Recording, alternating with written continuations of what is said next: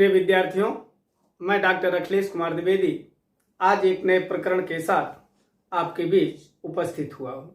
आज मैं UP board की परीक्षा में तैयारी कर रहे उन तमाम बच्चों के लिए 10 अंक के प्रश्न के उत्तर को लेकर के आया हूँ।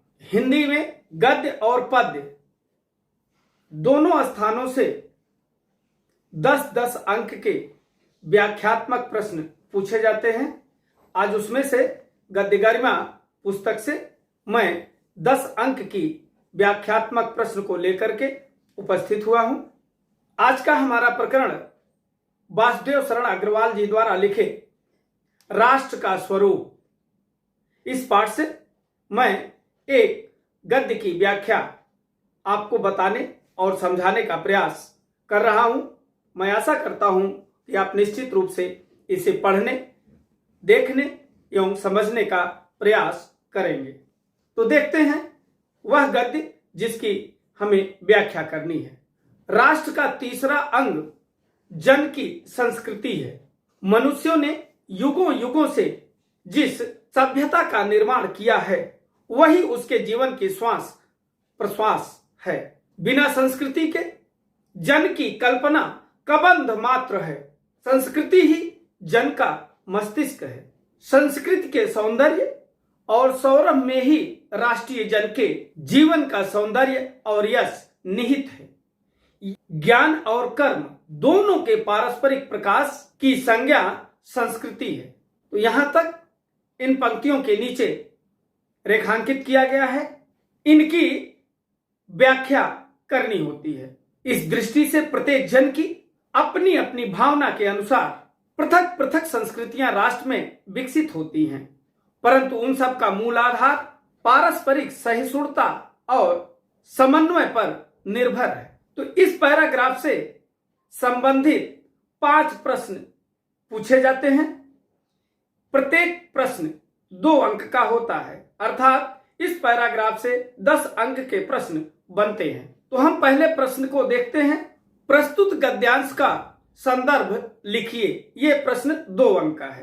तो इसके संदर्भ को हम देखते हैं। प्रस्तुत गद्यांश हमारी पठित पाठ्य पुस्तक गद्य गरिमा में संकलित डॉक्टर वासुदेव शरण अग्रवाल द्वारा लिखित राष्ट्र का स्वरूप नामक निबंध से उद्धृत है। ये 2 अंक का उत्तर आपका हो गया। अब दूसरा प्रश्न जो बनता है, रेखांकित अंश की व्याख्या कीजिए। तो अब हम रेखांकित अंश की व्याख्या को देखते हैं। यह भी 2 अंक का प्रश्न है। संस्कृत की सुंदरता एवं सौरभ से ही राष्ट्र की सुंदरता एवं उसके सौरभ में वृद्धि होती है।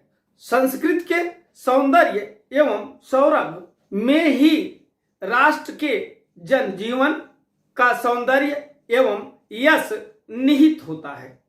वास्तव में ज्ञान एवं कार्य या कर्तव्य के पारस्परिक मेल का इन दोनों के मिलन से उत्पन्न प्रकाश का नाम ही संस्कृति है। अब हम तीसरे प्रश्न पर नजर डालते हैं। संस्कृति का अर्थ स्पष्ट कीजिए। यह प्रश्न भी 2 अंक का है। इसके उत्तर को देखते हैं।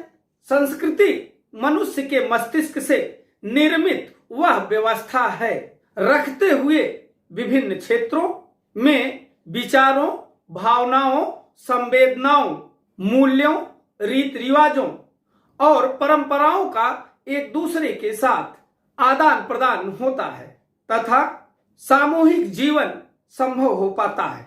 अब हम इस पैराग्राफ से संबंधित चौथे प्रश्न के ऊपर नजर डालते हैं। राष्ट्र की उन्नति में संस्कृति का महत्व स्पष्ट कीजिए। आइए इसके उत्तर को देखते हैं।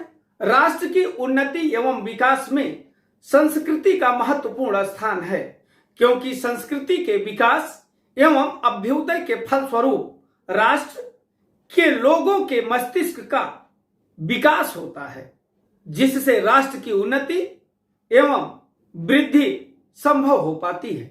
अब हम देखते हैं 5वें प्रश्न को। जीवन के बिटप का पुष्प संस्कृति है, पंक्ति का आशय स्पष्ट कीजिए। तो आइए इसके उत्तर पर नजर डालते हैं। प्रस्तुत पंक्ति का आशय है कि जिस प्रकार वृक्ष का संपूर्ण सौंदर्य महिमा उसके पुष्प में ही निहित होती है, ठीक उसी प्रकार मनुष्य के जीवन रूपी वृक्ष का संपूर्ण सौंदर्य महिमा सौरभ संस्कृति रूपी पुष्प में निहित होता है। जीवन के गौरव चिंतन मनन और सौंदर्य बोध में संस्कृति ही प्रतिबिंबित होती है।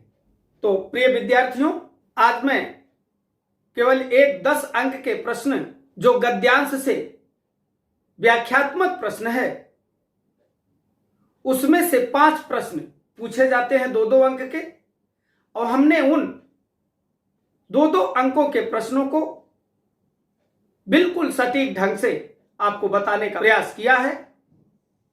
मैं उम्मीद करता हूं कि आप निश्चित रूप से इस प्रश्न को तैयार करेंगे, क्योंकि यह प्रश्न बड़ा ही महत्वपूर्ण है और मैं आशा भी करता हूं कि आप पूरी निष्ठा एवं लगन के साथ अपने अध्ययन में लगे होंगे। तो आज के लिए बस इतना ही। अगले दिन हम अपने अगले वीडियो में एक नए विषय एक नए प्रकरण के साथ पुनः उपस्थित होंगे। तब तक के लिए धन्यवाद।